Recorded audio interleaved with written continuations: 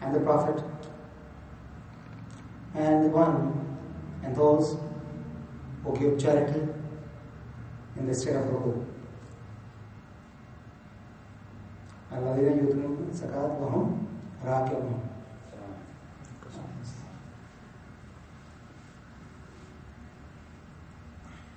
There is a historical context to this, and that is that this verse was revealed when Ali gave his, ring to a beggar. That's a historical context. Now, there's a difference of opinion, again based on various other factors that I outlined in the verse, prejudice or whatever it is. There are some who say that no, this was not. This is generally, that Allah is your Lord is your patron, the Prophet is the patron, and those who give charity and who make ruku. Those who give charity and make ruku. Wahum rakiun, not in the state of ruku, but who make ruku. In other words, those who give charity and those who perform prayers, who make ruku. So these are your, Lord is your patron, your Prophet is your patron, and those. And then those. What is ruku, please? Ruku, when you bend down halfway. Ruku, you mean ruku? Mm-hmm. Oh, yeah. Ruku. So, the verse says, Wahum Rakiun. And the interpretation is that, those who give in the state of ruku. That's one interpretation. Other interpretation is that those who give zakah and who perform ruku. The same verse, the same words, and the interpretation is different. For example, if Tabari would quote these two, and he would argue that the first one is preferable for these reasons. And whether the reasons are grammatical of the language, syntax, whether the reasons are historical, for example, of an incident that occurred and the verse was revealed after the incident, or whether his preference is logical. All these three. Whether it's grammatical, al-adabi, whether it's historical, al-tarihi, and whether it's logical or mental. Whatever his preference is, he would mention it. It's a third. Grammatically, Arabic, because some the other school of thought, somebody discussed with me, said no, it is like they perform ruku and they give charity. That's it.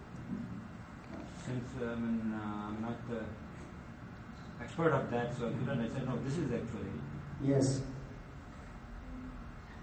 That has picked up sectarian tones. The problem is that has picked up sectarian tones. And same is the case with the ayah of wudu, for example. Okay? It has picked up sectarian tones because there are two different views upon it. Okay? And each one is trying to, pull its own. Okay? So that's sectarian tone. But, suffices to say that, if you are looking at the grammar, what does it say? Wamsahu and make masa. Okay? On your head and your feet.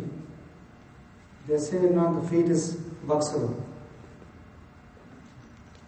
So it's there because of the differences that would be highlighted sometimes. But basically, if you go by these things, you will come to conclusions. You will know where it is. Okay? As I said earlier in my lectures, that you will have to go to Quran with an open heart and open mind, and with the prayers that Allah subhanahu wa ta'ala guide you towards truth. If you go with preconceived notions, you will come up with the same conclusions. If you go with open mind, guidance comes from Allah subhanahu wa ta'ala. Ibn Jarir Tabari has also criticized many of those who made Tafseer al-Rai as their prime discussion. What is Tafseer al-Rai? making tafsir based on one's own opinion.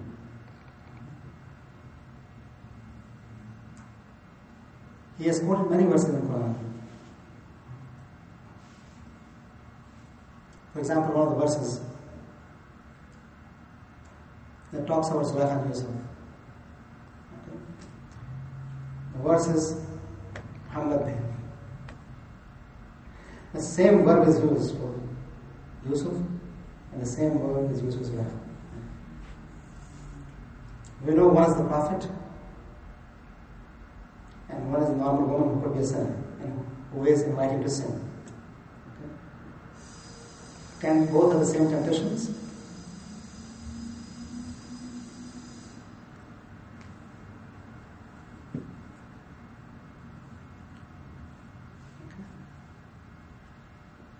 Now, if you go for the grammar of it right now, okay, the grammar would be similar, isn't it? Because the same verb is used.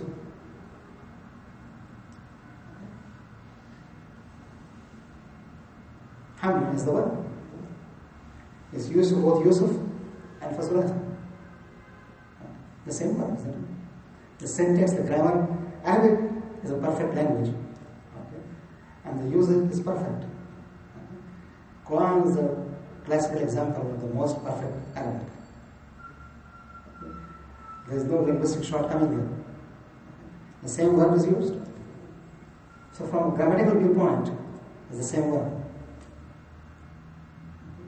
From the historical viewpoint, what?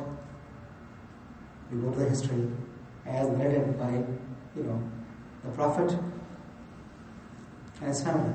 Or we go to Israeliyat, because, of course, Yusuf is one of the Israeli prophets. Okay. Isn't it? Who is Yusuf? Son of Yaqub. Prophet, and son of Prophet Yaqub, isn't it? Yes. And who is Prophet Yaqub? Jacob. Jacob. The Okay. Bible Jacob, right? Yes. Okay, now, Joseph Both is, of them are prophets. both of them are prophets. Historically, they are prophets we know. What Israeliyat says about it? About this particular incident?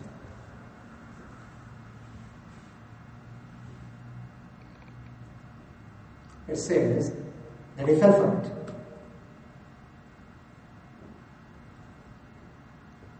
Till he saw the image of his father or whatever it was.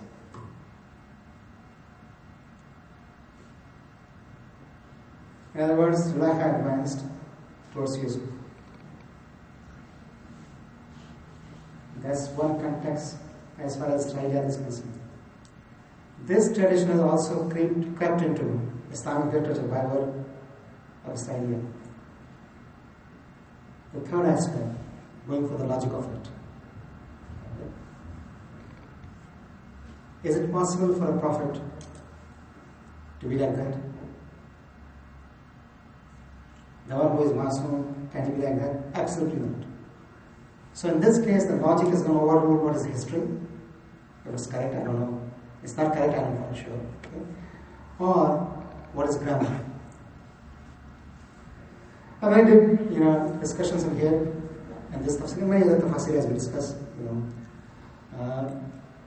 it tells you that there would be standards that you will have to follow. Grammar is not the only standard. History is not the only standard. There is logic and ideology also. Ibn Abbas has said something that time, the coming times, would be the best interpreters of the Quran. In other words, as the time progresses, people will be able to know Quran better. Maybe it's because of scientific knowledge that we have today, that we didn't have 2 centuries ago or 5 centuries ago. Quran says the sun moves around, isn't it? The issue in those days was not the sun moving. Today we know that the sun does move. Okay. As a matter of fact, the sun is a part of the galaxy that moves also. Where the whole universe is moving, we don't know. Okay. To a final point, we don't know. Okay. But yes, moving it is. So we have seen